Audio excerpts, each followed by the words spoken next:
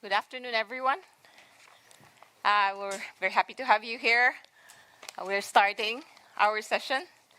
I would like to call our panelists.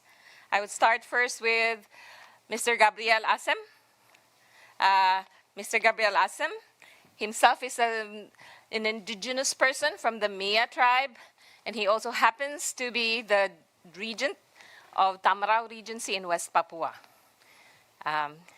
Welcome. You can take your seat.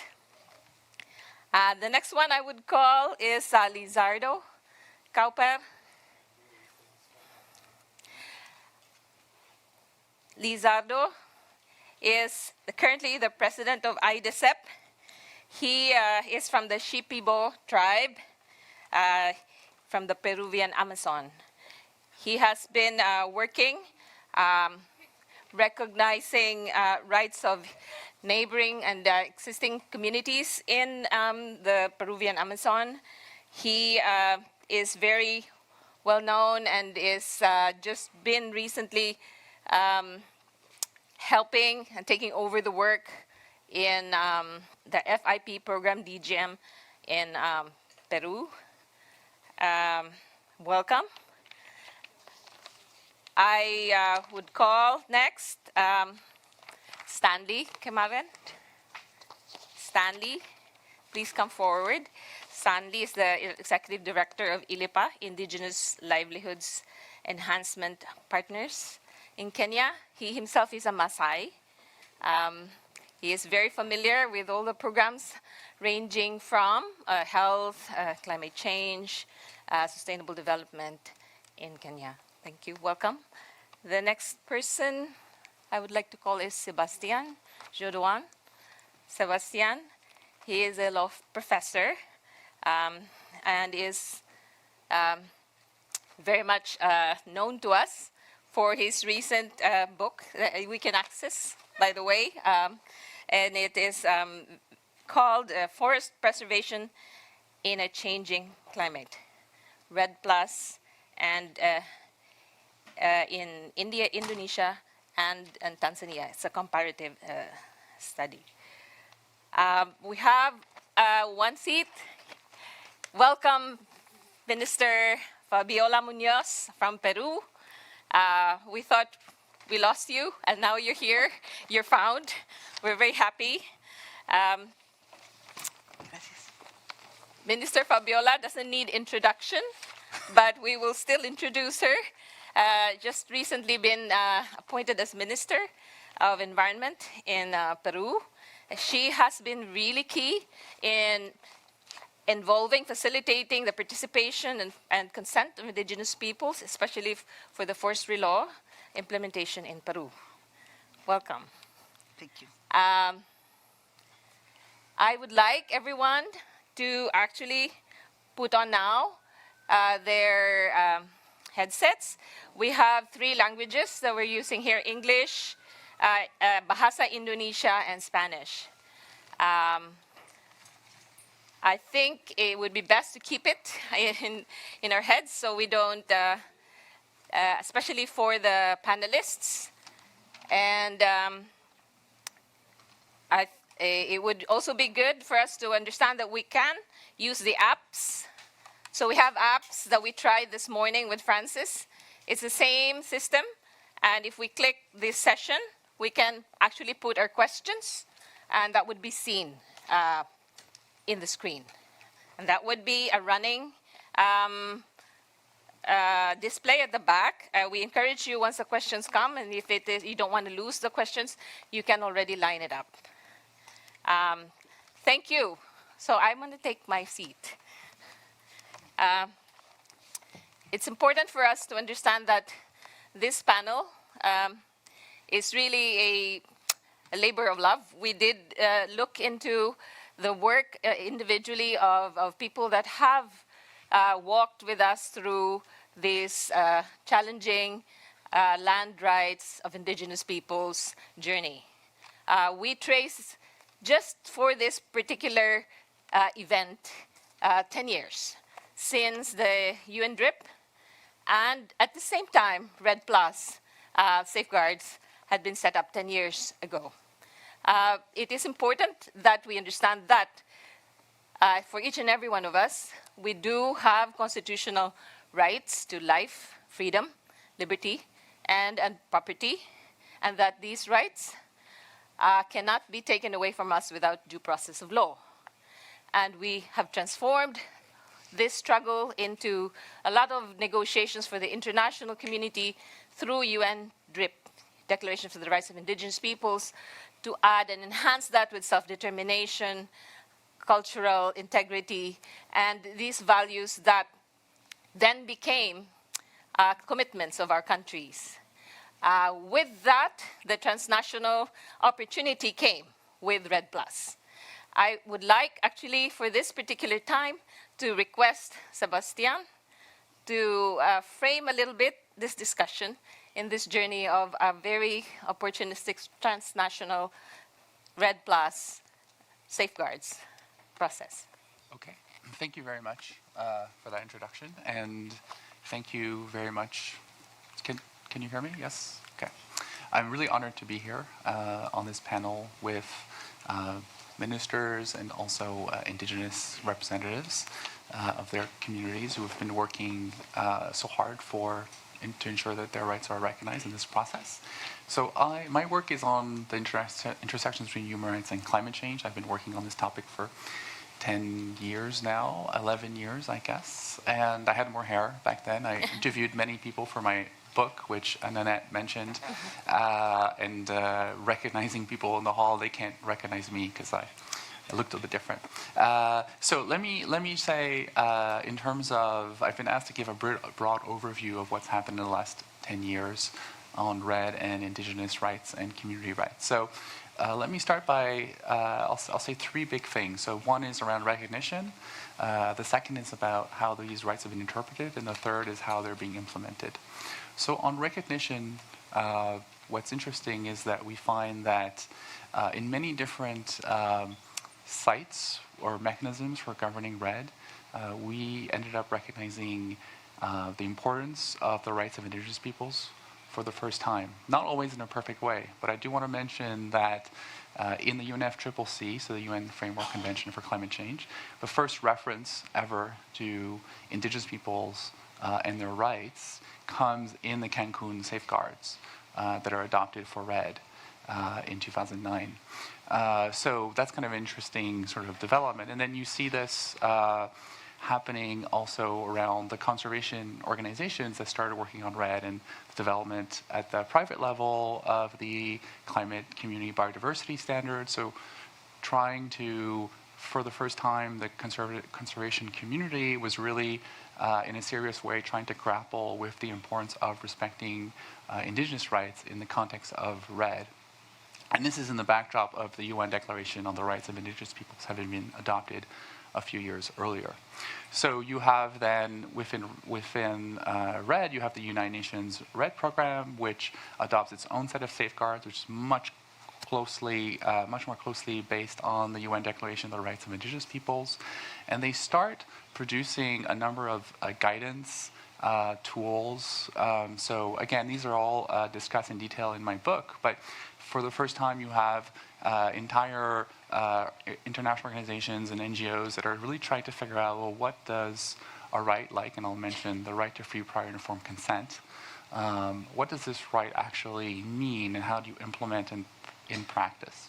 So you have, for instance, guidelines that are released by the UN REDD program that are just about the right to free, prior, and informed consent, and trying to give it meaning. And you have other tools that are developed. Also by NGOs to help countries set up their own safeguard systems, which is the main area in which Indigenous rights are set up. So as I guess most of you know, for jurisdictional REDD, one of the requirements is you have to have a safeguard system, and that's where many countries have had to grapple with developing safeguards, and the safeguards normally will include recognition of the rights of Indigenous peoples and local communities. Okay, so you have these different international and transnational sites where recognizing Indigenous rights in the context of REDD. We also find at the country level, for instance, Indonesia, for the first time, the first Indonesian government document that recognizes the rights of Indigenous peoples happens in the context of REDD, in the context of their national strategy. And again, I don't want to say that the way they did it is exactly living up to everything that the UN Declaration of the Rights of Indigenous Peoples requires, but it's just to say that this is the first time where we're actually recognizing these rights. Okay, so you have this recognition. And I have to say also in my interviews with REDD practitioners at multiple levels, there's really been this turn towards realizing that REDD will not work without rights, which famously is what Indigenous groups themselves lobbied for and pushed for in the climate negotiations. Okay, second, transformation. So you actually find that as Indigenous rights are sort of spreading and being recognized in these different parts of the world at the international, transnational, and domestic levels, you find that they're actually being transformed, and in unusual and unexpected ways. So, for instance, I'll just give two examples. In Tanzania, in the REDD safeguards that are adopted, and they use the REDD SES Plus methodology, which was this multi-stakeholder process for developing what they call the country-owned and nationally appropriate safeguards. In that context, what they do is they take the sort of international guidance on Indigenous rights, and they remove the word Indigenous peoples everywhere. And in their safeguards policy, they take these rights and they say that they apply to forest-dependent communities. Because in Tanzania, there was this idea that there are no Indigenous peoples, the Indigenous movement there is not recognized by the government, and so they take the right to free, prior, and informed consent in their safeguards policy, and they say that the forest-dependent communities have a right to free, prior, and informed consent, which is actually not mandated by international law, and is in violation of the concept of the protection of Indigenous rights. So you have this in different parts of the world. And in Indonesia, something a little bit similar, which is that what they do is they keep the term Indigenous peoples, but they add forest-dependent communities. To say that under international law, strictly speaking, the protection of Indigenous peoples and their rights is accorded to specific definitions of individuals. But we've seen in the REDD space an expansion of which or transformations in which groups are actually allowed to benefit from these protections. Okay, and finally on implementation, I just want to say very briefly that this is the sort of the biggest question outstanding, which is we now have these international mechanisms, bilateral agreements, safeguard policies at the domestic level that all recognize that Indigenous peoples have rights in both to participate in the design and implementation of REDD activities, but also that they have these substantive rights and land rights that can be affected by REDD activities and should be considered. But the question now is how are governments and NGOs actually respecting these or not? So very briefly, I'll give you sort of two findings that I found in my research where I compared Indonesia and Tanzania. And I compared all of the REDD pilot projects that had been implemented in these two countries. And what I found was actually, first of all, there were definitely violations of different Indigenous rights and rights held by local communities. But also an interesting finding was that in Tanzania, whereas at the national level, there was really very little movement in terms of recognizing Indigenous peoples within the REDD policy. In terms of the activities that they actually implemented, they actually moved forward on recognizing tenure rights for about half of the communities that were covered by the main pilot projects that were funded by Norway. Whereas in Indonesia, as I said, there was more progress at the national level in terms of recognizing Indigenous peoples and their rights. But as far as projects are concerned, as far as actually transferring authority over forests and resources to Indigenous peoples, there's very, very little movement on the ground in the pilot projects and the non-governmental projects in that country. And the explanation can be a combination of two things. One is Tanzania has an established legal regime for recognizing the rights that communities have to manage their forests. And secondly, in Tanzania, a lot of the drivers of deforestation were, in fact, local in the context, at least, of these projects that were implemented. And so it was cost effective and it made sense For instance, in a community where communities are using wood trees to produce charcoal, it's cost effective and it makes sense to give them authority over their forests and find a way for them to have alternative ways to produce energy. In Indonesia, where the drivers' deforestation are actually global in nature and tied to agriculture, mining, as people would tell me when I was doing my fieldwork there, the money that Norway has put on the table is just a drop in the bucket and cannot compete with those drivers and cannot alter the conditions on the ground to actually make it possible to recognize the substantive rights that indigenous peoples and local communities have to govern their forests. Thank you. Thank you. So, yes, and anyone here from the audience, you can still hear me. You can actually contradict or challenge any one of us, including Sébastien, based on your direct experiences. I would like actually to hear directly now from Stanley, from your experience as an indigenous person and also having observed these programs in Kenya particularly. What do you think, given that this again became the guidelines of the GCF recently? Yes, please. Thank you very much, and good afternoon to all of you, and it's great to be here. Really highly honored. I think Sébastien has provided a very comprehensive background, but just a few additions as an indigenous person who has participated in these struggles for a few years now.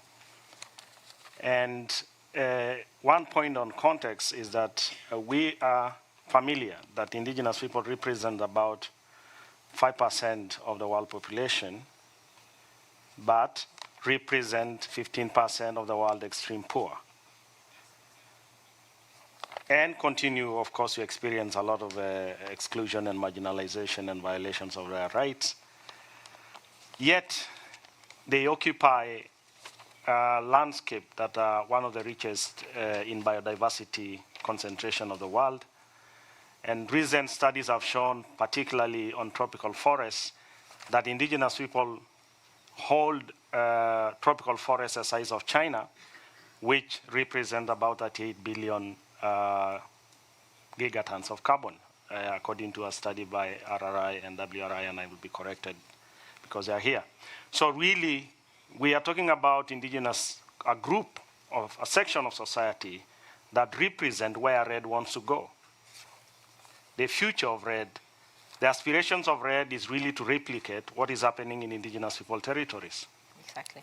And the question, therefore, you ask is, to what extent is REDD enabling these pre-existing low carbon footprints livelihoods informed by indigenous knowledge, or to what extent is it threatening these low carbon footprint livelihoods and people who are in the front line of climate change? So this has been a journey from, I think, Copenhagen, when the first reference to indigenous people in the 3-page document that came out of Copenhagen was made. We were fighting as indigenous people in the room. Some of us saying, no, this cannot be, this is nonsense and all this, only a reference to us. But this was a step, this was a hook, the placeholder that opened the space. And forward to Cancun, we now have a few safeguards speaking to 5 elements of the UNDRIP, which are of critical interest to indigenous people. 1 is the issue of land tenure security for indigenous people. 2 is the issue of rights, a human and indigenous people rights-based approach to REDD. 3, the question of indigenous knowledge system, as a knowledge system that can inform REDD plus. You know, an argument that indigenous people are not just victims, but they are part of the solution to climate change, even REDD. 4 is a question that REDD, forests are not just carbon. Forests are more than carbon. They are also non-carbon, they have a spiritual aspect, they have medicinal aspect, they have social cultural values, which has kept these forests standing for indigenous people. And for the first time in Cancun, we start seeing these elements, these cosmovisions of indigenous people reflected in the UNFCCC decision. And fast forward to Warsaw, we start seeing also the recognition of community-based monitoring information system, that these communities monitor the landscape, they have indicators that are relevant to them, and that's why partly why the forests in these areas are still standing. And when you look at the multilateral processes, the FCPF, the UNRED, the so-called, and bilateral, like the NICFI fund, you start seeing these rights, knowledges, land tenure security, access to resources, self-determination, being reflected at least on paper. And when you move forward now to, and then the GCF, the Green Climate Fund, was born in, I think, 2012, as the fund where funds for climate change, including REDD, will be deposited and will be therefore be the main driver of climate change interventions, including REDD, for the future.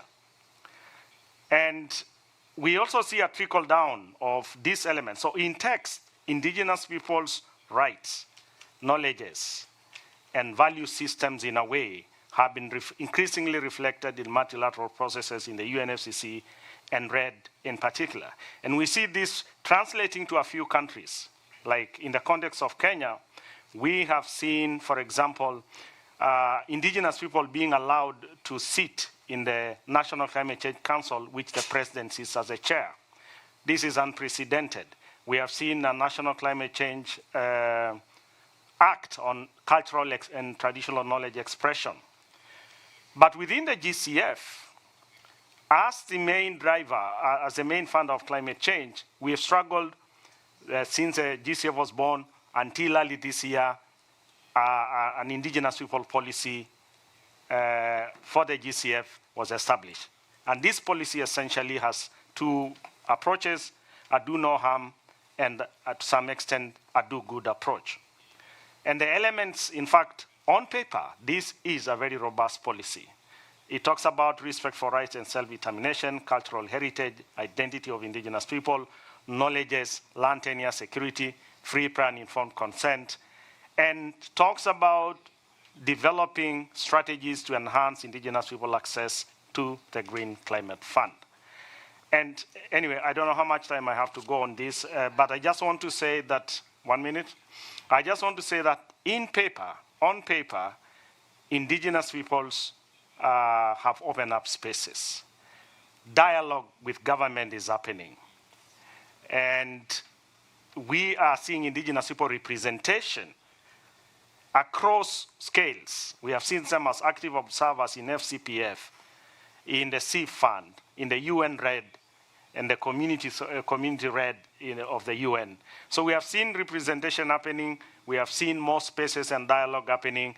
We are seeing dedicated grant windows for indigenous people funding in the World Bank, SCPF, for example, in the UN also. We are seeing in the NICFI fund, we are seeing slight trickle down of resources to indigenous people as a result, I think, partly to the debate and initiative that REDD has triggered.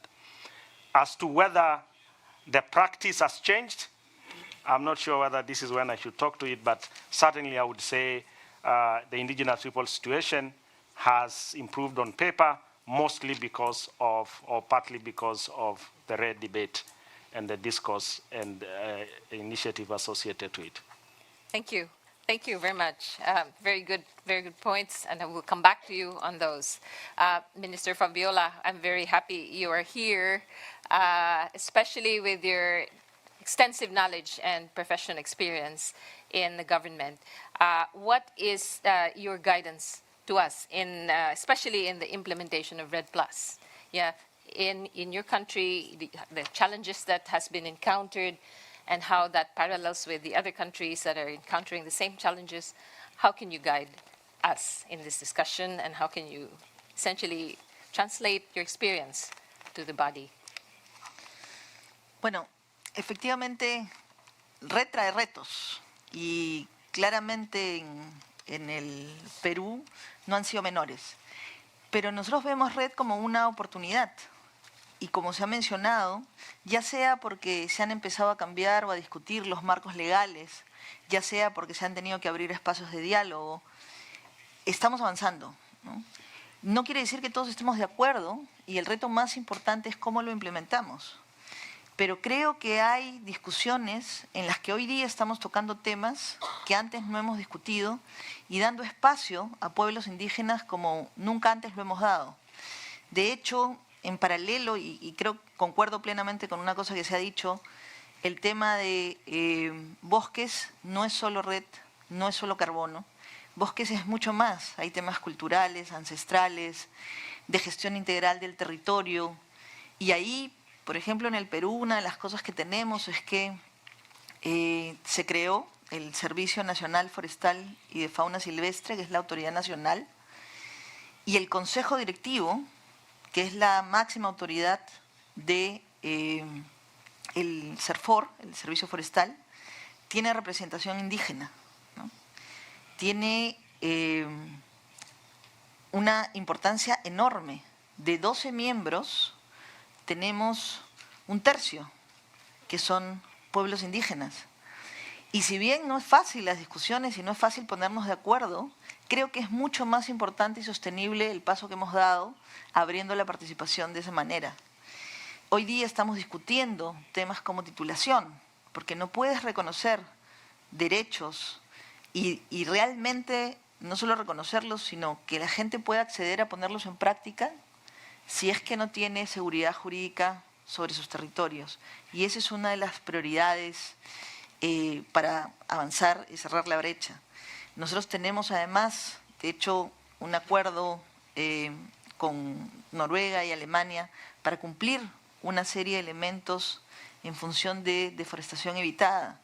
Y gran parte de los acuerdos que tenemos ahí están justamente vinculados al tema indígena, al tema de la participación, al tema de titulación.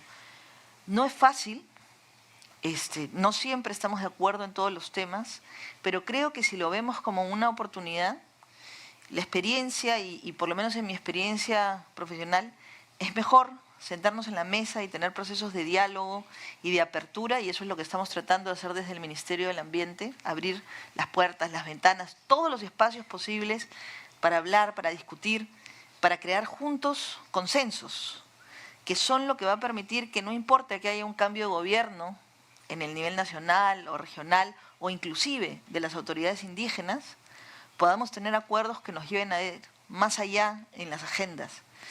Tiene retos importantes, pero creo que es una oportunidad y nos ha abierto la oportunidad de ponernos a discutir temas en los cuales antes quizás no todos eran lo visible que tienen que ser. Thank you. This is very good. So it actually is important to note, as Minister Fabiola has emphasized, it is not fully just dependent on the individuals or the government structure. It is also with the people continually pushing and participating in this process and showing that they are managing the forests.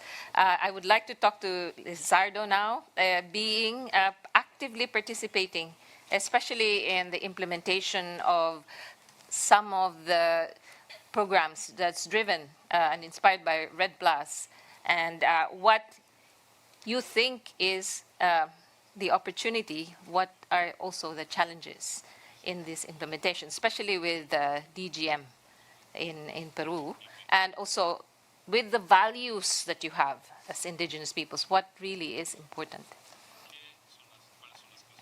Okay. Muy buenos días, tarde en mi país, día, aquí tarde.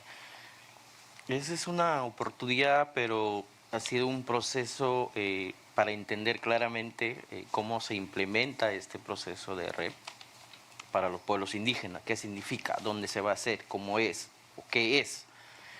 Básicamente nosotros hemos dicho claramente en varias discusiones, para implementar verdaderamente REP, primero hay que garantizar la seguridad jurídica territorial de los pueblos indígenas. Son demandas históricas que en el pueblo indígena del Perú hemos demandado hace años al gobierno peruano. Y este proceso se ha dado en el marco de discusiones para entender claramente, hemos visto, REC no puede ir más porque sin territorios. ¿Dónde vamos a hacer? No podemos hacer en el aire. Entonces ahora actualmente este proceso se ha ido implementando y vamos a ir en este proceso. Estamos en varios programas de reconocimiento, titulación y ampliación de comunidades en el Perú, lo que acaba de mencionar la ministra. Entonces, pero también hubo cambios, decisiones políticas claras en nuestro país para este proceso de desarrollo que pueda hacer. Ahora va más allá, este tema es que tenemos que mirar, es un proceso de reflexión que nos tenemos que hacer. Nadie, no hemos visto este proceso para que esto se implemente, la política energética donde emiten ese tipo de emisiones. Y nosotros los pueblos indígenas buscando de reducir esto es garantizando nuestros territorios ancestrales, nuestra biodiversidad, porque es la importancia nuestra como pueblos indígenas. ¿Qué valor estamos dando a nuestro territorio? Entonces el valor más grande que damos es el valor cultural, el valor espiritual, el valor económico también, no solamente base económico. Entonces, toda esa importancia y las funciones que cumple no solamente el bosque, sino más allá trasciende que es nuestros derechos que tenemos los pueblos indígenas, lo cual nosotros en Perú estamos decidiendo ejercer nuestros propios derechos colectivos, que es el derecho de garantizar territorio ancestral, un derecho a consulta previa, libre, informado, un derecho de libre determinación. Entonces, todo este ejercicio de derechos va a garantizar. Nosotros estamos claros para implementar. Y la forma y el proceso que cómo queremos hacer, eso es lo que queremos llegar a un acuerdo entre el Estado y los pueblos indígenas en cada país y como también cómo lo ve lo que emiten ese tipo de gases que afectan a los derechos y a nuestro medio ambiente. Muchas gracias. Gabriel, as a leader both in your tribe and also in local government, it became really clear to us that despite or without REDD, you have still done this work of recognizing indigenous people's rights, the peoples in Tambrauw. And so our question is, how did you do it? Why did you do it? And what can you share with us? What do you aspire for this group and the host to hear and to respond in response to what you have done? There are 3 slides that he needs for this. Yes. Jadi pakai. Baik, terima kasih para pencinta masyarakat adat yang saya hormati. Saya merasa bersyukur sekali dan bangga karena saya diberi kepercayaan untuk bisa hadir dalam forum yang sangat mulia ini untuk membicarakan sesuatu yang terkait dengan kepentingan orang banyak di waktu-waktu yang akan datang. Tambrauw merupakan salah satu kabupaten di Provinsi Papua Barat yang usianya masih sangat muda sekali, yaitu kurang lebih usia 10 tahun, tetapi efektif berpemerintahan baru 7 tahun. Kami saat pertama kali menjadi kepala daerah di sana dihadapkan dengan tantangan yang begitu berat karena belum ada infrastruktur sama sekali. Masyarakat adat di sana belum terlayani secara baik. Dengan hambatan anggaran yang sangat terbatas sekali, bagaimana caranya agar supaya kami bisa bangun dan bisa mendekatkan sebuah pelayanan yang berarti bagi seluruh masyarakat yang ada di sana. Dan dalam visi kami, visi dan misi kami, misi yang ke-5 dan 6 ya. 5 adalah melestarikan lingkungan dan menjadikan Kabupaten Tambrauw sebagai kabupaten konservasi, dan misi yang ke-6 adalah melestarikan budaya dan memperhatikan hak-hak dasar masyarakat. Karena ini saya merasa sangat penting sekali hal ini saya angkat untuk proteksi terhadap masyarakat yang ada di sana. Karena daerah Tambrauw betul-betul daerah yang sangat kaya sekali dengan mineral. Saya takut nanti bisa hal tersebut bisa yang seperti terjadi di Freeport bisa terjadi di Tambrauw, di mana perebutan kepentingan menyangkut tambang maupun hasil hutan. Dengan jumlah penduduk yang sedikit, saya punya penduduk atau masyarakat adat ini bisa habis karena benturan dengan kepentingan yang ada. Maka saya proteksi ini dengan visi misi yang kita harus bekerja sesuai dengan visi misi yang ada. Kebiasaan masyarakat Kabupaten Tambrauw menganggap bahwa hutan, tanah, air adalah ibu daripada mereka semua. Karena hutan, tanah, air ini memberi kehidupan bagi seluruh masyarakat Kabupaten Tambrauw. Maka hutan air itu harus diproteksi, harus dijaga, dipelihara secara baik. Seperti begitu. Lalu dalam program kerja saya, tentu saya bangun infrastruktur agar supaya mendekatkan pelayanan. Infrastruktur sangat berat dan mahal harganya. Tetapi tidak mengurangi semangat saya untuk mendekatkan sebuah pelayanan kepada seluruh masyarakat yang ada. Infrastruktur yang saya bangun di samping jalan juga yang ramah dengan lingkungan, yaitu energi baru terbarukan. Dengan harapan saya, dengan keterbatasan anggaran yang ada, hasil dari penjualan energi, karena kita kerjasama dengan PLN, maka kita bisa mendapat sesuatu yang akan bermanfaat bagi masyarakat. Cita-cita saya adalah dengan mendapatkan dana yang lebih untuk saya bangun rumah layak huni bagi masyarakat. Saya bangun air bersih bagi masyarakat. Saya bisa menyekolahkan anak-anak Tambrauw lebih baik lagi. Kesehatan mereka bisa terlayani dengan baik. Ini sebuah mimpi, sebuah cita-cita yang besar yang saya harus lakukan. Tetapi saya terbentur dengan keterbatasan anggaran karena seperti tadi saya katakan bahwa kabupaten ini masih baru. Banyak hal yang harus kita lakukan untuk kemajuan daerah ini. Seperti begitu. Dan memang untuk mewujudkan semua mimpi saya, maka kita programkan Tambrauw menjadi kabupaten konservasi dan juga melestarikan hak-hak dasar masyarakat itu kita dorong melalui sebuah peraturan daerah. Peraturan daerah mengenai kabupaten konservasi dan peraturan daerah mengenai hak-hak dasar masyarakat adat. Lalu itu kita lakukan diskusi publik ke semua masyarakat, kita sosialisasi ke kampung, distrik, semua untuk mendapat pengakuan dari seluruh masyarakat yang ada. Hanya sebuah pertanyaan besar yang disampaikan masyarakat kepada saya. Kita lestarikan hutan, terus apa yang kita dapat? Tidak ada sesuatu yang kita dapat dari kita lestarikan hutan. Saya bilang memang ini cita-cita besar, mimpi besar. Bukan hanya kita bekerja 1-2 tahun langsung itu semua terjawab. Tidak, dalam jangka waktu yang panjang. Mungkin juga saya sudah tidak jadi bupati lagi, tapi program ini bisa dilanjutkan dan bisa memberi sebuah hasil bagi seluruh masyarakat yang ada. Dan saya berusaha untuk meyakinkan itu kepada seluruh masyarakat adat yang ada agar supaya sama-sama dengan saya ikut melestarikan lingkungan yang ada. Dan itu sampai dengan hari ini terus berjalan dengan baik dan mendapat pengakuan resmi dari provinsi maupun juga pemerintah di Jakarta.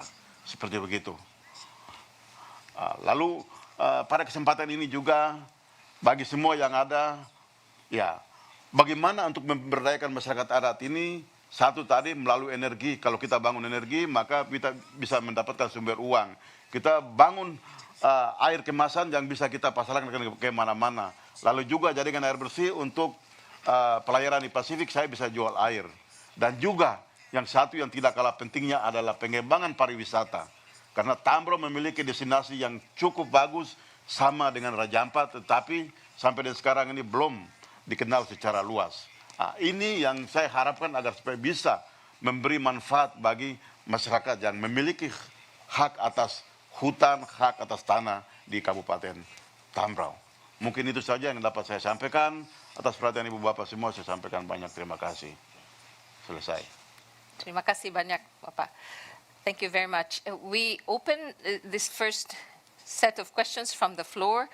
I would just like to emphasize with Pa Gabriel, he took not just an extra mile, but maybe an extra 3 miles in the walk for rights recognition, having been for 10 years working with Red Plus agency in Indonesia, speaking about his landscape and the commitment to not only work with rights, but also forest management and welfare.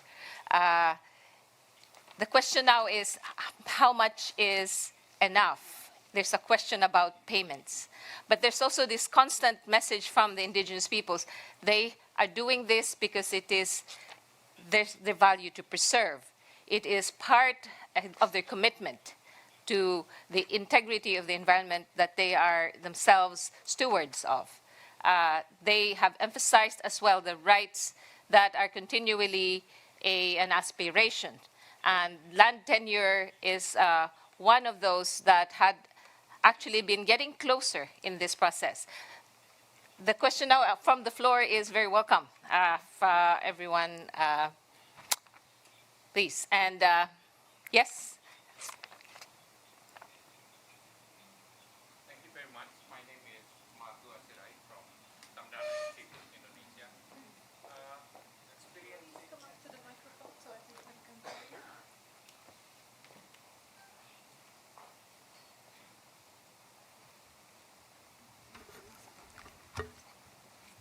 Thank you very much. My name is Martu Asirai from Samdana Institute. We are experiencing in managing as an executing agency for the dedicated grant mechanism. And we see this is a good step forward, that we hear the tenure aspect is progressing, the economic, social, cultural value is also valuing. It's very clear in the presentation of Ruka in the morning, and we are thinking that this kind of support need to be support further, not only the indigenous people as beneficiaries of the projects, but also there as a manager of the project, and also for some days later, they will be the owner of the project, and they can share with their capital, their neighboring indigenous people's community, to really support other indigenous people's community. And this transition process, I think, need to be pushed forward, not only in 2-4 years, but maybe in a longer strategic way for 30 years, for example. And I believe with that process, with support continuously and consistently, that the indigenous people could manage their capital back again. Thank you.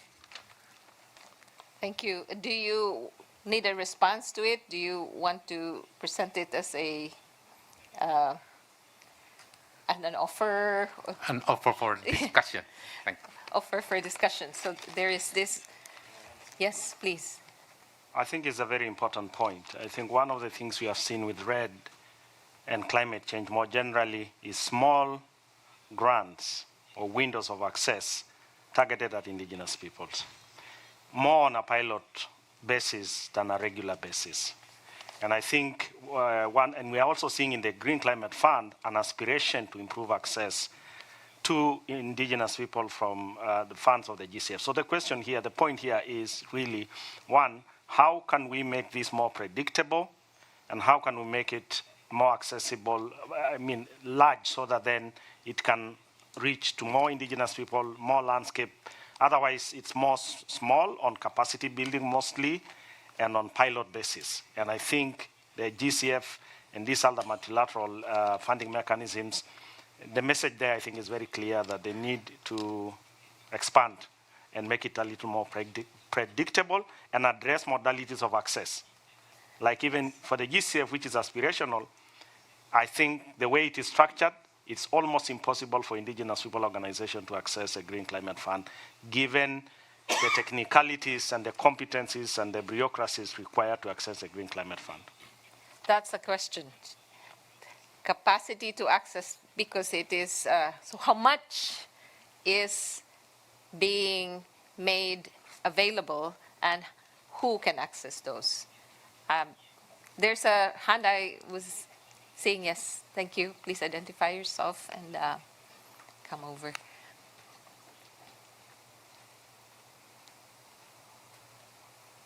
Thank you very much. My name is Lena Hasle, and I work in the Norwegian Ministry of Foreign Affairs. I work, among other things, with indigenous people's rights a little bit. I was very interested in your presentations and hearing also about how REDD Plus has opened spaces, including some access to funding. I'm wondering what's your experience when it comes to public opinion?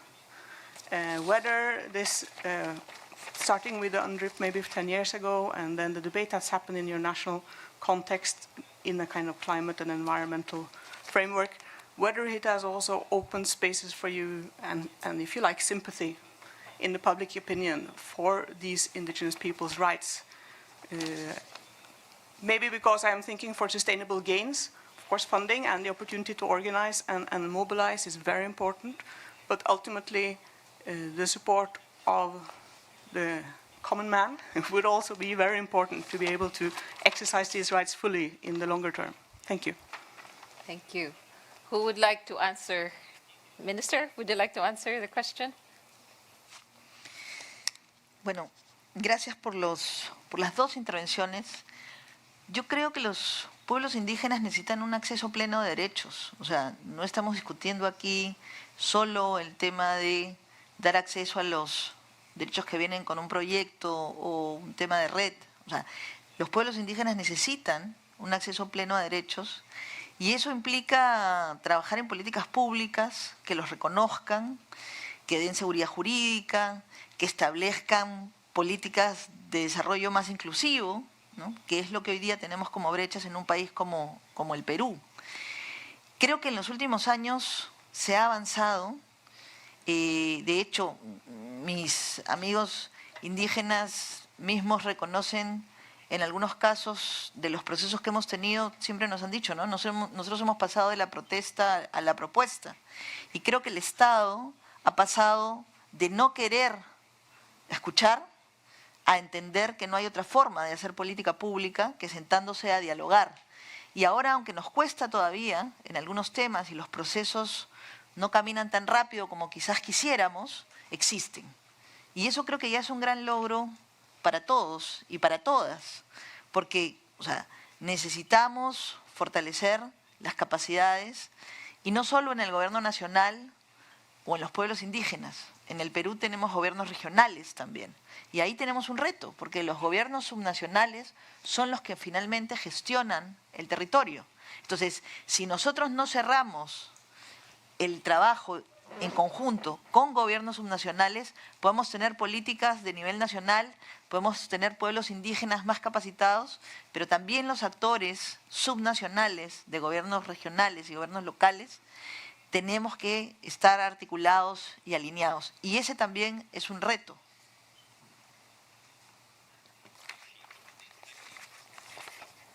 Thank you. Okay, let me call a few people. You've already, Pacho, and you next. Sorry, I don't have the names. And yourself, and then at the back, Jeff Campbell. And yes, you're 1, 2, 3, 4, 5. Yeah, you're the 5th. Thank you.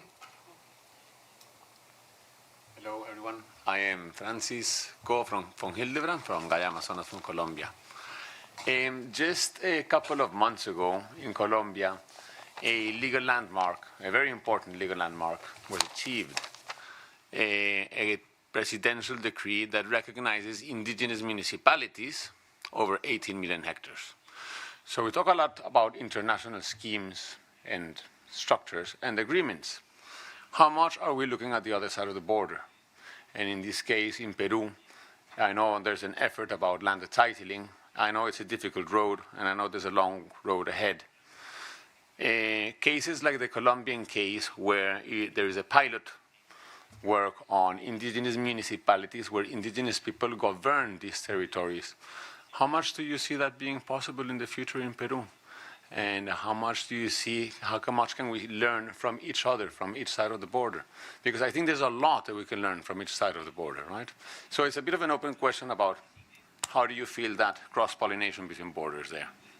Very, very important question. Let's hold that. Please keep the answer first. Let's go on to the next. Yes.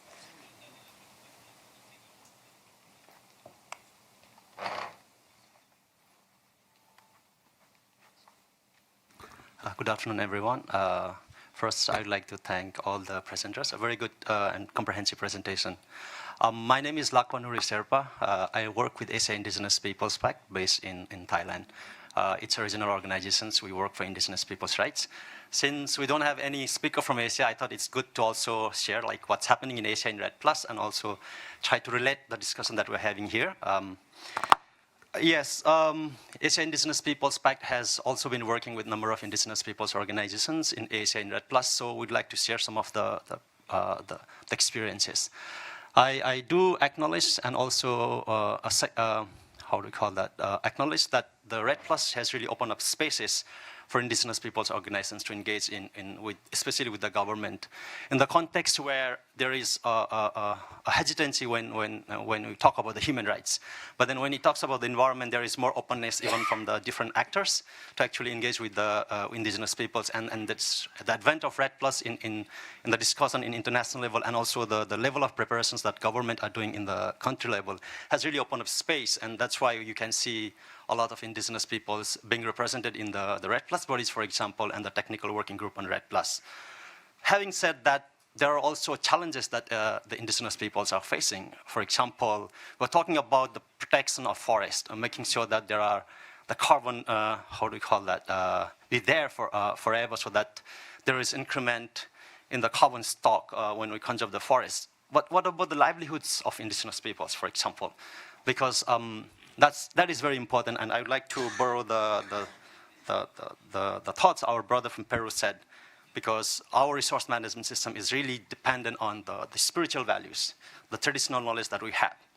So how is this livelihood system of indigenous peoples that actually ensures the food security and well-being, and also actually allows indigenous peoples to exercise the traditional knowledge that they have, is also reflected by the REDD Plus program, for example, because there are a lot of discussions happening not only in Asia, but also I'm sure in other regions about addressing the drivers of deforestation, and that's where there are challenges that indigenous peoples are facing. For example, in the context of Asia, one of the key, the livelihood systems, which is based on the traditional knowledge that has evolved through generations, is on rotational farming, or for example, popularly known as shifting cultivation. How does this system be addressed in the REDD Plus, for example? Because in some of the discussion that's happening in the national level, actually it identifies the drivers of deforestation, for example. So there's a lot of the work that we need to do as an indigenous peoples organization also. It's not like we only expect the work from the government and other actors. But then this REDD Plus has also really provided a space for indigenous peoples to come together and really work. Okay, this is where we should be supporting, putting our energy and make sure that the REDD Plus actually works and actually recognize the rights of indigenous peoples. So before I conclude, I would like to say a sentence that actually I would like to borrow from Kimaren, that he really highlighted that REDD Plus will work if the rights of indigenous peoples are actually recognized. I think it's also about implementation. Recognition is one thing, but how do you make sure that the rights of indigenous peoples are implemented? For example, there are numerous threats, the harassment that indigenous environmental defenders are facing, for example. This is just to also connect our discussion in REDD Plus. Unless we ensure the protection of those defenders who are actually relentlessly working to make sure that the resources are there for the future generations, how do we ensure that the REDD Plus will work? So it would be good to also hear some of the lessons learned from the engagement of our speakers, so that we can have an exchange. Thank you. Thank you. Yes, please.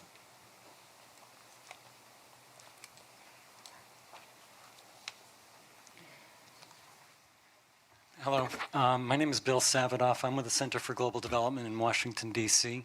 I want to thank everybody for their participation here in the presentations. My comment reflects some of what was already addressed in just the prior comment, and also in Mr. Asem's pointing out that one of the threats he worries about for his community is the expansion of mining. And so my question is basically, it seems to me that the greatest threat to indigenous rights and access to their land is really coming from the main drivers of deforestation, which vary, but they're typically commercial agricultural expansion, mining, illegal or timbering, and illegal invasion and settlement. So the question I have is, where do these, to what degree and how indigenous groups are able to act on those main drivers of deforestation, either in pressuring national governments or working with them, so as to preserve the forest and their rights? Thanks. This is an important question, especially for the movements, the indigenous peoples' movements. How have you so far addressed these main drivers of deforestation? I would like to hold that and to be the last statement around after we get all the questions, for you to please respond to that. Now we get number 4. Yes, Jeff.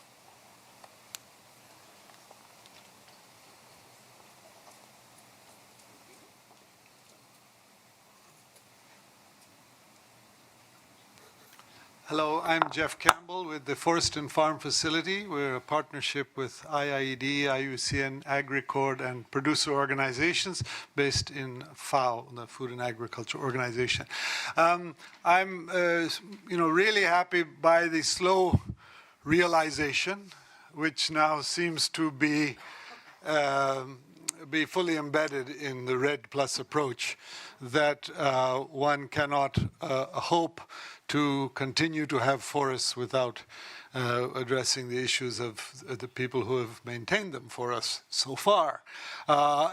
So we really appreciate your presence here as representatives. I wanted to ask if you could share a little bit about the importance of the organizations which have developed, which have allowed indigenous peoples to get to this stage. And we see that there's been a very successful organizing at a global level. How important is it to be part of associations and federations at a national level? And what are the benefits and maybe some of the challenges when you have so many sovereign indigenous peoples groups within a country to come together under these umbrella organizations? So maybe you could talk a little bit about the importance of being part of larger organizations and some of those challenges. And then the second piece I think was addressed really, which is that hopefully we realize that to save the forest, we have to save the landscape and the whole livelihood system, and that it's not separated. And I think indigenous people's view of territory and the land hopefully is something which can also expand a little bit the understanding of forests as being somehow distinct from livelihoods, distinct from agriculture, distinct from other culture and spiritual activities. So thank you. Thank you. We take the yes, please. Setelah ini bisa merespon langsung aja yang tadi didengar. Thank you. My name's Patrick Alley from Global Witness. We hear that there are quite a few proposals that REDD and logging can go together. NICFI itself, the French Development Agency, amongst others, promote that idea. My experience in Central and West Africa is that, and this is a question which has a legal aspect, which I think might be one for Sébastien, and one which is more of a comment, I think, from any of the indigenous representatives we have here. With free, prior and informed consent in Africa, what usually happens is a community is approached by a company and says, if you say yes to whatever it is, a logging concession or a palm oil plantation, we'll build a road, a school, a clinic. But of course, if you don't say yes, then we're not here and you don't get those things. From a legal aspect, is that free? Is that a free decision? Or is that a weighted decision? Because obviously the communities want all of those things. And my question, the same question to the indigenous representatives, is what do they think about that? Should not a government be providing those resources? Thank you. I'll take one more. We are remembering which questions we would like to answer, and I would really call on each and every one. But just one more, please.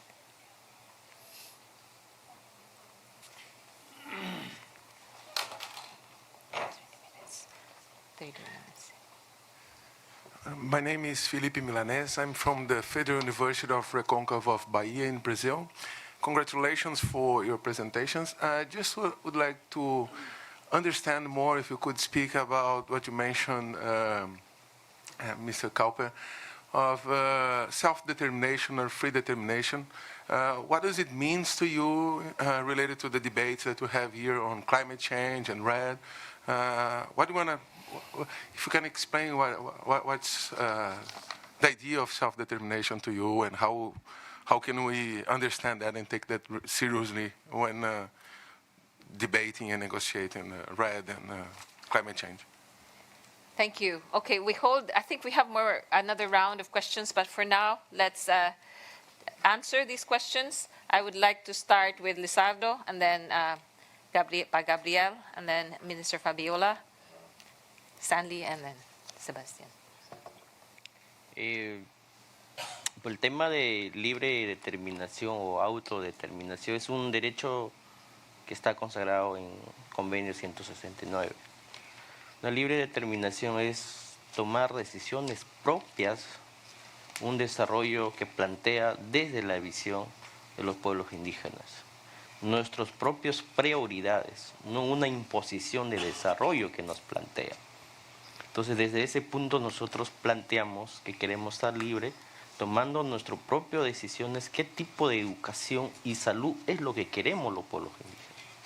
¿Cómo queremos de aquí a 50 años los pueblos indígenas con nuestra propia identidad y un desarrollo que buscamos? Y eso es lo que hemos planteado en este proceso al gobierno peruano, cómo queremos tener nuestro, primero, defensa territorial, segundo, la consolidación territorial, que en Perú ahorita empezamos ya a hacer los territorios integrales, ¿no? Una decisión donde tomamos nuestros territorios tiene que ser la decisión de integralidad. En Perú todavía no nos da ese derecho en tema de tenencia. Nos da un título, pero como también te presto esta parte en el manejo tema forestal. Yo tengo que pedir permiso a mi gobierno para hacer el uso, como pienso hacer. Entonces, desde el ejercicio que nos permite la libre determinación, nosotros planteamos desde ese punto.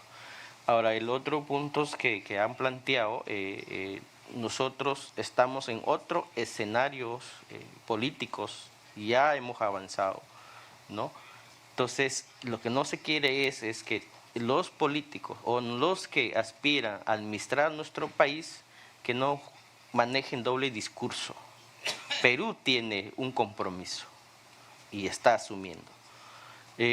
Pero también con el mismo discurso de cero deforestación, también promueve la inversión privada a través de infraestructuras, a través de otros tipos de concesiones. Entonces ahí hay duda, cree duda de implementar este proceso. Entonces eso es lo que ahorita nosotros estamos trabajando hemos visto en Colombia y otros países está la problemática casi igual.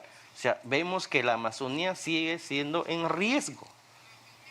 A pesar que muchos acuerdos tras acuerdos podemos firmar nuestros gobernantes, pero ese discurso yo manejo, pero también al otro lado ofrezco que la Amazonía hay que invertir para desarrollarnos como país. Y estamos todos de acuerdo, pero también hay que mirar qué tipo de compromiso real es lo que están asumiendo. Entonces, eso es lo que nosotros estamos viendo, no de doble discurso. Sí, estoy bien de acuerdo con este proceso, pero también no es suficiente. También hay que implementar las iniciativas económicas que tienen los pueblos indígenas que estamos desarrollando. Eso está invisibilizado, ¿no? Y eso estamos planteando desde ese punto, desde este enfoque. Están ahí. Por eso estamos viendo en Perú hacer planes binacionales con Colombia, con Ecuador, con Brasil, para mirar este escenario de qué manera podemos desarrollarnos. Y que los que toman decisiones, el Poder Ejecutivo, que mira de ese escenario político para que garantice e implemente y solo no quede en discursos y en papeles firmados como acuerdos. Gracias. Thank you. I would like Minister Fabiola to respond to what's the balance? This isn't an easy, it's very complex, this kind of work. And so what is really a balance that you see? Because I do, and with the little that I've seen, it is a very interesting combination of efforts that are very sincerely done in Peru at all levels. And given that there is a challenge by the neighbor, Colombia, who's asking us, well, actually, this is bigger than just Peru. It also includes Colombia in the border. Is it finding the right place to do it first and then succeeding there so that everybody's just like, yes, actually, I can do that better. Please. Qué complicado es gobernar, ¿no? tan difícil encontrar el balance, el equilibrio. Lo que ha dicho Lizardo es cierto. Necesitamos inversión, porque si no hay inversión, no hay dinero para construir la escuela, hacer la política pública en salud, implementar las oportunidades para todos los ciudadanos y ciudadanas, no solo los indígenas. Y quienes estamos en el gobierno tenemos el reto de encontrar el balance adecuado. Hace un mes atrás viajábamos a una región con el presidente y los ministros, a Ucayali. Lizardo no me dejará mentir que el Purús es una de las zonas más alejadas que tenemos en el Perú. Está justamente en la frontera con Brasil y es una zona a la que solamente se puede llegar por avión, ¿no? Y la población ahí es mayoritariamente indígena. Y la población ahí tiene una propuesta para hacer una carretera. Y quieren conectividad. Y los carteles decían, ¿por qué me excluyes? ¿Por qué no me tratas igual que los demás? Si hacemos una carretera en Amazonía, el riesgo de los impactos es enorme. Pero ¿cómo atendemos la conectividad que buscan los pueblos indígenas sin afectar o sin generar impactos de la magnitud que ya hemos visto con otras carreteras? El balance es justamente lo más difícil. Y por eso es que cuando hablamos de inversión, hoy día estamos tratando de que aquellos que toman decisiones en inversiones en el Perú o en cualquier país empiecen a encontrar alternativas de infraestructura natural, infraestructura verde. ¿Cómo logramos tener modelos de desarrollo bajo un sistema de gestión integral del territorio? Y ahí es donde la cooperación que esperamos no solo es una cooperación en dinero. La plata ayuda, pero no es lo único que necesitamos. Necesitamos conocimiento, necesitamos investigación. En el Perú tenemos hoy día un proyecto que es un proyecto importantísimo porque los ríos de la Amazonía se pueden navegar hoy día solo con luz del día. La necesidad de conectividad está. Con este proyecto que se llama Hidrovía Amazónica, se podrían navegar los ríos 24 horas, mejorando la conectividad de la gente, mejorando. Sin embargo, los pueblos indígenas, las ONGs, la academia está preocupada por los impactos que un proyecto de dragado en un río Amazónica podría generar. Yo también estoy preocupada. Y la única manera que encuentro de resolver esto es con investigación científica. Porque la investigación es lo que nos puede ayudar a tomar mejores decisiones de política pública. Pero a veces no tenemos esa información. Y es ahí donde tenemos que ayudar a cerrar las brechas. Con respecto a varias de las preguntas, yo he tomado algunas notas que quisiera mencionar, ¿no? Fíjense, la deforestación es una decisión económica. Y es una decisión que no solo afecta a los pueblos indígenas, nos afecta a los demás ciudadanos y ciudadanas, afecta el capital natural de nuestros países, afecta la biodiversidad, afecta la capacidad que tenemos de desarrollarnos con una mirada de gestión integral del territorio de forma sostenible. Y cuando nosotros hablamos de los derechos de los pueblos indígenas, no solamente estamos hablando de los derechos para ser considerados como sujetos de derechos o poseedores de su territorio. O sea, si yo le quiero reconocer un derecho a un ciudadano, sea indígena o no, también tengo que reconocerle que tiene obligaciones. Lizardo ha mencionado algo muy importante. En nuestro país, en el Perú, el bosque, los bosques, no son de los ciudadanos y ciudadanas, son del Estado. Cuando yo otorgo un derecho, yo no otorgo sobre bosques derechos de propiedad, yo otorgo derechos de concesión. Y a los indígenas se les reconoce un derecho muy especial, muy particular, porque en su territorio tienen bosques también. Pero si yo quiero aprovechar de forma de subsistencia, yo no tengo, si soy indígena y vivo en un territorio, no tengo que pedirle permiso a nadie. Pero si lo quiero aprovechar comercialmente o quiero hacer cambio de uso, ahí sí, porque las reglas de juego son iguales para todos. Y uno de los temas más críticos que tenemos que enfrentar es que los pueblos indígenas tienen las más altas tasas de falta de cobertura en salud, de desnutrición crónica infantil y de anemia. Y ahí el reto nuestro es cómo lograr que un pueblo indígena que tiene un territorio y que tiene que comer y que tiene que enfrentar los retos de salud y de educación, no alquile su terreno y termine siendo deforestado porque alguien viene y le ofrece poner papaya o palma o lo que fuera, porque necesitan ingresos. Entonces, la política pública tiene que ser más inclusiva aún. Y si bien estamos, yo creo que en el camino correcto, necesitamos más velocidad. El tiempo no nos sobra, nos es escaso. Y ahí el otro tema que quisiera poner sobre la mesa, y creo que lo han mencionado y muy bien puesto, es que tenemos que tener una mirada de paisaje. Yo aprendí eso con mis amigos y amigas de las ONGs, ¿no? Que me decían, oye, tú te preocupas por los bosques, te preocupas por la biodiversidad, los derechos de los pueblos indígenas, pero también hay agricultura. Y también hay otros usos como la acuicultura. Y tenemos el turismo. Entonces, realmente la mirada que tenemos que tener es una mirada de paisaje, de gestión integral del territorio. Y ahí es donde necesitamos aprender que todos y todas tenemos que escucharnos y tenemos que sentarnos en la mesa a gestionar. Por eso el ejemplo de Colombia, ¿no? Cuando se menciona no solo la creación de nuevas áreas protegidas, sino el reconocimiento de los derechos, es muy importante. Y es importante porque en el Perú también tenemos territorios donde solo hay pueblos indígenas y las autoridades deben ser indígenas. Y tenemos que aprender que necesitamos fortalecer capacidades allí donde estamos en el campo, donde los ciudadanos y ciudadanas son más vulnerables.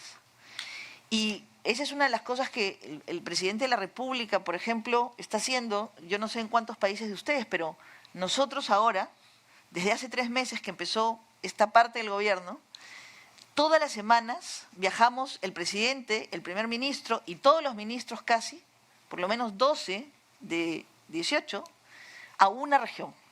Y nos reunimos con todos los alcaldes de esa región. ¿Ustedes tienen idea lo que significa todas las semanas viajar a una región? Esa es una política pública ahora.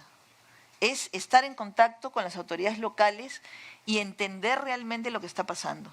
Y en esas reuniones encontramos de todo. Pero lo que más hemos encontrado es una oportunidad de diálogo, pero sobre todo de darnos cuenta de una palabra que es muy fuerte, pero que a mí me mueve mucho, ¿no? Y es la indolencia que a veces tenemos, ¿no? Cuando entramos al Estado, a veces nos olvidamos de que lo principal que estamos haciendo es servir. Y cuando vamos a una región y encontramos un alcalde que dice, tengo un proyecto para, no sé, manejar residuos sólidos y hace 12 años que no sale, la única respuesta es que algo nos ha pasado. Y no podemos darnos el lujo de demorarnos tanto tiempo, ni para una posta médica, ni para una escuela, ni para atender la titulación de una comunidad nativa que puede tener 12, 15 o 20 años un proceso de titulación.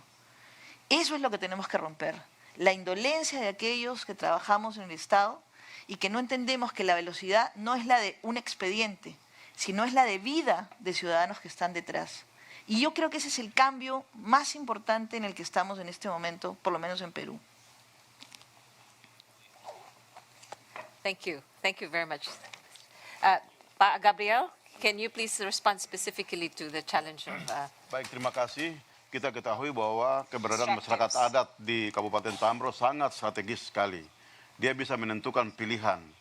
Dia bisa ikut bekerja sama dengan pemerintah, mendukung program visi misi bahwa melestarikan lingkungan ataupun sebaliknya. Ataupun sebaliknya dia bisa mengusulkan, mendatangkan para investor untuk tambang dan kayu. Itu bisa. Saya mendapat tantangan beberapa kali, ada beberapa 3 kepala suku yang datang menghadap saya, buat pernyataan untuk memberi dukungan agar supaya memasukkan investor tambang emas. Tetapi saya keberatan dengan itu. Saya bilang jangan karena nanti lingkungan rusak. Jadi lalu dia bertanya kepada saya, lalu nanti kita ini mau makan apa? Anak-anak kita mau sekolah bagaimana?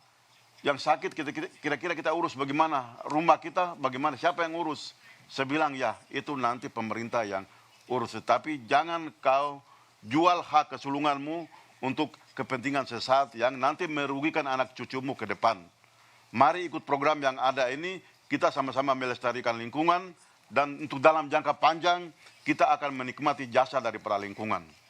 Nah, jasa lingkungan yang paling strategis adalah investasi di bidang pariwisata. Investasi di bidang pariwisata sangat strategis untuk bisa melibatkan seluruh masyarakat untuk bisa mengurus dan terlibat langsung dalam proses ini. Ini yang saya rasa sangat penting sekali. Juga investasi di bidang lain, mungkin pertanian, juga di bidang energi, air, itu bagi saya rasa sangat strategis sekali. Pengalaman selama ini, benturan kepentingan menyangkut masalah pembangunan, ya, pembangunan jalan menuju ke distrik kampung ataupun dari kabupaten ke kabupaten, katakanlah dari Manokwari ke Sorong. Itu bersentuhan dengan tanah adat, maka harus mereka minta alas hak, harus ganti rugi. Maka di sana kita bijaksanai dengan kita buat pemetaan indikatif untuk menentukan hak kepemilikan tanah secara jelas agar supaya tidak konflik kepentingan antara satu suku yang satu dengan yang lain.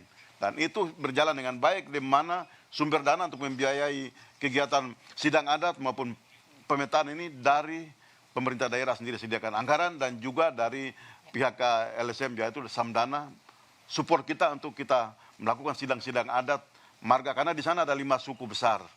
Kita harus buat sidang adat agar supaya pengakuan hak satu dengan yang lain jelas, sehingga tidak ada benturan kepentingan, karena nanti bisa menimbulkan konflik. Seperti begitu di sana. Dan itu masyarakat kalau kita urus secara baik, mereka akan sama-sama dengan pemerintah, kita semua untuk mendukung misi besar, yaitu melestarikan lingkungan. Gitu. Terima kasih banyak. Yeah. Thank you very much. Stanley, before Sébastien closes, we have about 5 minutes left. If you can do 3 minutes, please respond. Thank you very much for the very good question, and my colleagues have responded to most of them. One is on the value of indigenous peoples collaborating together among themselves and with other friends. I would say, certainly without fear of contradicting myself, that the gains witnessed in REDD has been possible because indigenous people soon realized that the underlying problems are the same, independent of the different contexts in which they come. And this is why they are able to negotiate as a constituency with state parties and have decisions that are acceptable by indigenous people across the 5 regions. Second, it is certainly would not have been possible without like-minded friends who support indigenous people to participate in these processes for these outcomes to come. So yes, collaboration within and without indigenous people is critical. And finally, for me here is the question of the drivers versus, I don't know whether the question wanted to compare the threats from drivers of deforestation and the opportunities that REDD accords. And the challenge is that while drivers of deforestation may not have safeguards, and REDD has safeguards, a non-safeguarded REDD, or rather a poorly implemented REDD plus, that does not, for example, account for non-carbon benefits is as much a risk, because then it will limit subsistence user rights for indigenous people. And a number of governments don't see forest-dependent communities living in forests as they should continue in the context of the REDD. Often, they are excluded when REDD is considered. And so really we must go beyond a non-carbon benefit recognition on paper and weight it the same as carbon. Otherwise, if we don't enable non-carbon benefits effectively, indigenous people's rights and REDD will present as much risk as, I think, these drivers, if not safeguarded. Thank you. Thank you very much. Very, very important. Sébastien, so I go back to you, and maybe you can help wrap up, respond to the very specific questions from the start, and the links especially to, let's say, what do you project the next 5 to 10 years? If we are advancing, yes. We are opening these spaces, yes. We know that policy needs to adapt to reality and our learning. We also know that it has to be addressed as a territory, yeah, and in the interrelationship of actors in that territory. We know that it is a partnership for environmental protection, but it is also pressure for human rights and land rights to be recognized. Right. So I guess I don't want the pressure of closing. I'll let you close. But I did want to say two things. So one is a lot of people have said that REDD opened up space to talk about Indigenous rights. And I guess what I want to say is that actually it was the Indigenous activists that opened that space. And looking at, I've studied the tactics that they use to get these issues on the agenda in international negotiations and then domestically. And there was a legal case that was mentioned in Colombia. So I guess I would say, one of the main surprising things about REDD in the last 10 years is one of the very positive bright spots that you could find is actually that there was progress in recognizing, not perfect, but there was progress in recognizing Indigenous rights in different ways, unexpected. And so I think for the next 5 years, you could I would say, why not actually continue to move forward on the part of this that has actually ended up working in surprising ways. And I think if we want to do that, then we need to think about providing core funding to empower Indigenous peoples in protecting their rights more generally, because things like setting up networks, so Indonesia is a good example where they have a very established Indigenous people's network, and they're able to share information and lobby, and they have contacts with international groups. There are some countries, and Latin American countries are pretty advanced in this as well, but there are some countries that don't have this infrastructure. And it's going to be very hard to actually link that towards reducing carbon emissions in forests. So having sort of a funding program that's really just oriented at supporting Indigenous peoples in ensuring their rights are respected and protected, and then giving them legal support to do very costly things like launch litigation. Very costly to do. The support structure in many countries where Indigenous movements are not as recognized is not there. So to actually have a program, if you're looking for transformative ideas, sort of a program that really just looks at empowering Indigenous peoples and local communities in furthering the sort of environmental democracy that's needed. And if you can do that along with other types of interventions, but you might end up resolving a lot of other problems. Thank you very much. Thank you for being here. I would like to just emphasize that between Sébastien and I, he kept saying, well, you have to talk about the International Land Tenure Facility that you represent. I am the executive director of the International Land Tenure Facility that attempts and is dedicating funds for Indigenous peoples and local communities to really do exactly what Sébastien was describing. It has been conceived, and there are many other portfolios of the same kind, but this one is dedicated to the Indigenous communities and the partners that they request to help them work with their governments, to really walk through the process of recognition. And if Minister Fabiola is familiar with SPDA, the same things that they're doing there exactly is to walk through this process and find solutions. And it is not easy, it is complex, but we begin there because we know from Ruka's speech this morning, the Indigenous peoples and local communities have actually really invested all their time and their lifestyles and their culture to protect these forests. I think that's where we stop. Thank you very much.